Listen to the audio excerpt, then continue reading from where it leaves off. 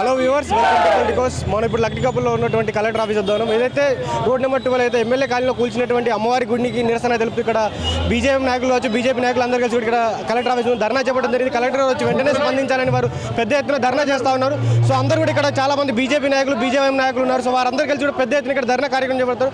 So collector గారు వచ్చి ఏం మాట్లాడతారు, వీరికి ఎలాంటి సందేశం ఇస్తారో వారి మాటలను అడిగి తెలుసుకుందాం. మేడం చెప్పండి, హిందూ దేవాలయాలపైన ఎందుకు ఈ దాడులు జరుగుతూ ఉన్నాయి? నమస్తే అండి, నా పేరు అనంతలక్ష్మి.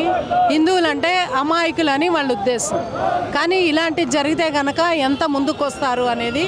హిందువులు ఏంటంటే వాళ్ళ పని వాళ్ళు చేసుకుంటూ కాసేపు దేవుడి దగ్గరికి వెళ్తారు, మిగతాది ప్రశాంతంగా ఎవరి జీవన విధానంలో వాళ్ళు బిజీగా ఉంటారు. ప్రచారాలు చేసుకుంటూ ఉండరు.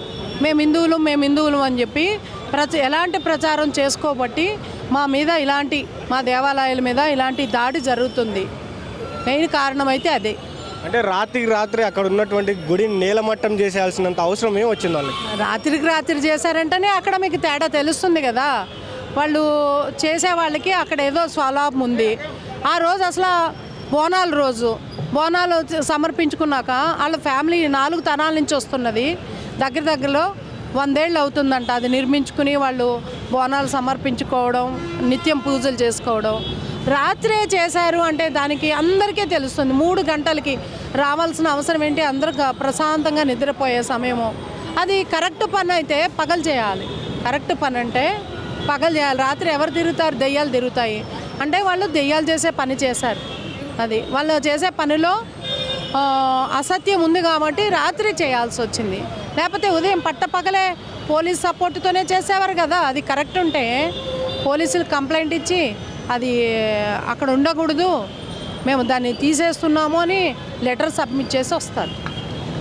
అలా చెప్పండి, అసలు రాత్రి గుడి అంతా కూల్చేసి పొద్దున వరకు గుడి లేకుండా నేలమట్టం చేశారు, ఎట్లా చూస్తారు? అందరికీ జై శ్రీరామ్. ఈరోజు జూబ్లీహిల్స్లో అమ్మవారి గుడిని ఎంఆర్ఓ గారు చాలా తప్పు నిర్ణయం తీసుకున్నారు. ఆయన డే టైంలో కాకుండా రాత్రిపూట, అది కూడా ఈ బోనాలు టైంలో భక్తులు ఏదైతే ఇప్పుడు అమ్మవారికి పూజలు చేస్తూ ఉంటారో అటువంటి టైంలో ఆయన అక్కడ అమ్మవారి గుడి తీయించడం అనేది ఇది హిందువుల మనోభావాలు, మన హిందూ ధర్మానికి నమ్మకం ఉన్న వాళ్ళందరినీ కూడా ఇబ్బంది పెట్టినట్టే, అవమానపరిచినట్టే. ఇది ప్రభుత్వము చేస్తున్న పనిగా మేము భావిస్తున్నాము. ఓటు బ్యాంకు రాజకీయం చేస్తున్నాడు రేవంత్ రెడ్డి, కాంగ్రెస్ పార్టీ. మిగతా వాళ్ళ మతాల వాళ్ళకేమో ఒక ఫ్రీడము, వాళ్ళకు విచ్చలవిడితనము. మరి హిందువులు ఏం పాపం చేశారు? మన అన్నిటికంటే పాత 5000 సంవత్సరాల సనాతన ధర్మం అనేది. దాంట్లో ఏ వ్యవస్థ అయినా ప్రజలకు మంచి సౌకర్యాలు, ప్రజలకు కావాల్సిన ఏర్పాట్లు చేయడానికి ఉంది తప్ప ఇటువంటి మనోభావాలు, ముఖ్యంగా మన భారతదేశం అంటేనే హిందుస్థాన్ అంటేనే హిందువులకు సంబంధించింది. అటువంటి ఒక ప్రాంతం అన్నది హిందుస్థాన్ కానీ తెలంగాణ కానీ హైదరాబాద్. నువ్వు అటువంటి ప్రదేశంలో ఒక దేవాలయము, అది ఇవాళ నిన్న మొన్న కట్టింది కాదు, ఎన్నో సంవత్సరాల నుంచి అక్కడ దేవాలయం వెలిసింది. అక్కడ పూజలు పునస్కారాలు జరుగుతున్నాయి. ఎంతోమంది ఆ గుడిని ఒక సెంటిమెంట్ లాగా చూస్తారు. అటువంటి సెంటిమెంట్ ఆ ఎంఆర్ఓ ఎలా తీస్తాడండి? కాబట్టి భారతీయ జనతా పార్టీ ఈరోజు హైదరాబాద్ కలెక్టర్ ఆఫీస్ ముట్టడం చేయడం జరిగింది. తప్పకుండా దీన్ని ఖండిస్తున్నాము. ఆ ఎంఆర్ఓని తక్షణమే సస్పెండ్ చేయాలి. రేవంత్ రెడ్డి కూడా ఇటువంటి ఓటు బ్యాంకు రాజకీయం చేయడం మానుకోవాలి. హిందువుల మనోభావాలను దెబ్బతీయకుండా ఈ ప్రభుత్వము వాళ్ళకు ప్రొటెక్షన్, వాళ్ళకు ఒక భరోసా ఇచ్చేలాగా ఉంటే బాగుంటుందని భారతీయ జనతా పార్టీ డిమాండ్ చేస్తూ ఉంది. భారతీయ జనతా పార్టీ నాయకులు కావచ్చు, ఇటు హిందూ సంఘాలు కావచ్చు, పెద్ద ఎత్తున ఇలాంటి ఉద్యమాలను చేపడతా ఉన్నాయి. దీనికి రాష్ట్ర ప్రభుత్వం స్పందిస్తుంది అనుకుంటున్నారా? స్పందిస్తే, ఒకవేళ స్పందించకపోతే ఒకవేళ మీ కార్యాచరణ ఏముండబోతా ఉంది? ఇది ఒక రాజకీయ ఉద్యమం కాదండి, ఇది ప్రతి హిందువుల ఉద్యమం, ఇది ప్రతి కామన్ మ్యాన్ ఉద్యమం. ఇది ఇవాళ టోటల్గా రేవంత్ రెడ్డి ప్రభుత్వము, కాంగ్రెస్ ప్రభుత్వము టోటల్గా ఫెయిల్యూర్ ప్రభుత్వము. ఆయన్నే ఎన్నోసార్లు నా దగ్గర నిధులు లేవు, నా మెడ కోసినా నా దగ్గర డబ్బులు లేవు అని చెప్పి చాలా ఓపెన్గా స్టేట్మెంట్ ఇచ్చాడు. ఇది ఆయన వల్ల కావట్లేదు. సో ఆయన ఆ పోస్ట్ నుంచి తప్పుకుంటే చాలా మంచిది. మీరు అంటున్నది ఈ ఉద్యమాలు, ఇది కామన్ మ్యాన్ ఉద్యమము. ఉద్యోగాల కోసం కావచ్చు, భద్రత కోసం కావచ్చు, ఏదైనా ప్రభుత్వం మెడలు వంచి పనిచేసే ఉద్యమాలు అవన్నీ కూడా ఇవి రాజకీయ ఉద్యమాలు కావు. ఇవి ఒక సామాన్యుడి మనోభావాలు, సామాన్యుడు ఎదుగుదలకు కావాల్సిన ఉద్యమాలు. కాబట్టి ఇటువంటివి ప్రభుత్వం ఏ తప్పు చేసినా, ప్రభుత్వం ఏమైనా నిర్లక్ష్యం చేసినా, ఏది చేసినా తప్పకుండా ప్రజలందరూ ఏకమవుతారు, తప్పకుండా ఉద్యమాలు చేస్తారు. ఈ రేవంత్ రెడ్డిని, కాంగ్రెస్ ప్రభుత్వానికి తప్పకుండా బుద్ధి చెప్తారు. జై శ్రీరామ్. ముఖ్యంగా ఈ పెద్దమ్మ తల్లి గుడి విషయంలోని రేవంత్ రెడ్డి గారు చాలా తప్పు చేశారు. ఆయనకి తెలిసిండే ఈ ఎంఆర్ఓ గారు నాటకం ఆడిరు. అయితే ఇదంతా రేవంత్ రెడ్డి చేసింది. ఆయన ఎప్పుడు ఢిల్లీ వెళ్ళినా సరే ఏదో గుళ్ళు వేసిపోతుంది. అలాగే రాహుల్ ఖాన్ గారు ఎప్పుడు అమెరికాకి వెళ్ళినా సరే ఏదో ఒక ఇష్యూ దేశంలో జరుగుతుంది. కాబట్టి ఇదొకటి చాలా చాలా ముఖ్యమైన విషయం. ఆయన ఢిల్లీకి వెళ్ళి వచ్చిండు, ఇక్కడ పెద్దమ్మ గుడి లేపేసిండు. కాబట్టి ఇందులోని ఖచ్చితంగా ఆయనకి తెలియంది అంటూ ఏమీ లేదు. ఖచ్చితంగా రేవంత్ రెడ్డి ఫాల్ట్ ఇది. ఖచ్చితంగా ఈ గవర్నమెంటు రాష్ట్రపతి రూల్ రావాలి. మాకు ఇక్కడ చాలా చాలా జరుగుతున్నాయి అన్యాయాలు హిందువుల మీద, కానీ ఇంకా రకరకాలు జరుగుతున్నాయి. ఇప్పుడు ఒక ఎగ్జాంపుల్ అన్న సింపుల్గా చెప్తున్నా, కేసీఆర్ ఇచ్చిండు ఏది కొల్లూరులోని మొత్తం పాకిస్తాన్ అయిపోయింది. హిందువులు కొంచెం మంది ఉన్నారు, ఆడ మొత్తం ముస్లిమ్స్ వాళ్ళకి ఇచ్చేసిండు. ఇదేమో ఎక్కడ అన్యాయం ఉన్నా? ట్యాక్సులంతా మేము భరించాలి, ట్యాక్సులంతా హిందువులు తీసుకోవాలి. వాళ్ళు ట్యాక్సులు అడిగితే కొడుతున్నారు. ఓల్డ్ సిటీలో పోయి ట్యాక్సులు అడగమని రేవంత్ని. ఇప్పుడు అన్నీ ఈ పోలీసు వాళ్ళు చట్టాలు పెట్టి కొత్త ఏది ట్రాఫిక్ రూల్స్ ఆడ చేయమను, ఆడ టోపీలు లేకుండా హెల్మెట్లు పెట్టుకోమను. చాలా ఉన్నాయన్న చెప్పుకుంటే. ఇప్పుడు అమ్మవారి గుడి తీసిరు, మేము అమ్మవారి తల్లి బిడ్డలం, మేము పెద్దమ్మ తల్లి బిడ్డలము. నేను ప్రత్యక్ష సాక్షిని. నేను ఫిలిం నగర్లో ఉండేవాడిని ఒకప్పుడు. హోలీ పండుగ వచ్చినప్పుడు పక్కనే చెరువు ఏది అపోలో డౌన్లో యువతల ఏదైతే ఇప్పుడు లోటస్ పాండ్ అంటున్నారు కదా, ఆ చెరువులో స్నానం చేయాలి. అమ్మవారి దగ్గరికి వచ్చి కాసేపు రిలాక్స్ అయ్యి వెళ్ళేవారు అన్న. అలాంటి గుడిని లేపేసిరన్న. ప్రాణ ప్రతిష్ట అయిన గుడిని తీసారంటే, అంటే ప్రాణం ఉన్న తల్లిని తీసారంటే మర్డర్ చేసినట్టు సమానం.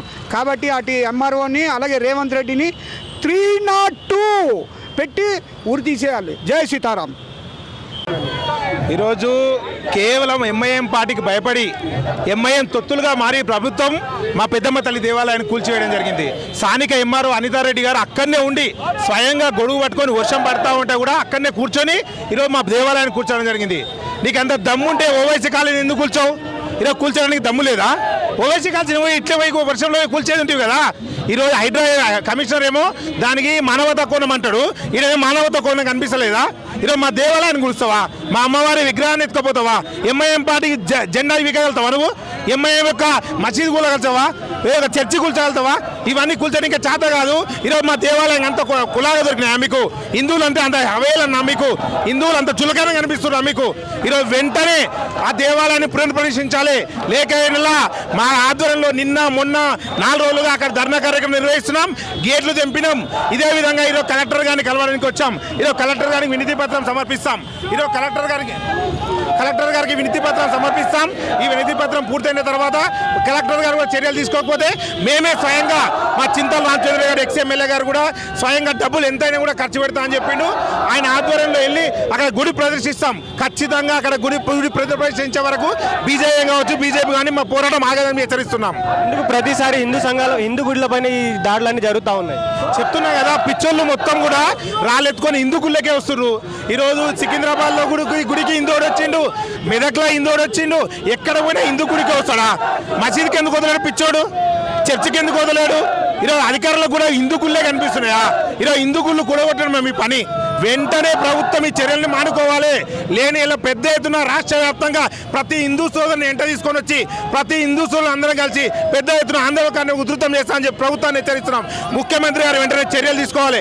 స్థానిక ఎంఆర్ఓను అనితారెడ్డి గారిని సస్పెండ్ చేయాలి. ఈ గుడి కూడగొట్టేందుకు వెంటనే అక్కడ 200 గజాల స్థలం కేటాయించి పెద్దమ్మ దేవాలయాన్ని వెంటనే నిర్మించాలని చెప్పి ప్రధానంగా డిమాండ్ చేస్తా ఉన్నాం. ఎందుకు ఇవన్నీ ఇంత జరుగుతున్నా కూడా రాష్ట్ర ప్రభుత్వంలో ఉన్నటువంటి ఏ నాయకుడు కావచ్చు, ఏ మంత్రి కావచ్చు, ఎమ్మెల్యే కావచ్చు, ఎందుకు ఎవరు స్పందించట్లేదు? ఈరోజు చెప్తున్నాం కదా, ఒక మతానికి ఎంఐఎం పార్టీకి తొత్తులుగా మారేది వీళ్ళు. ఒక మతానికి తొత్తులుగా మారుతారా మీరు? ఈరోజు హిందూ ఓట్లేసే గెలవలేవా రేవంత్ రెడ్డి గారు? మేము సూచిగా ఒకటే ప్రశ్నిస్తున్నాం. ఈరోజు హిందూ ఓట్లతో గెలవలేవా నువ్వు?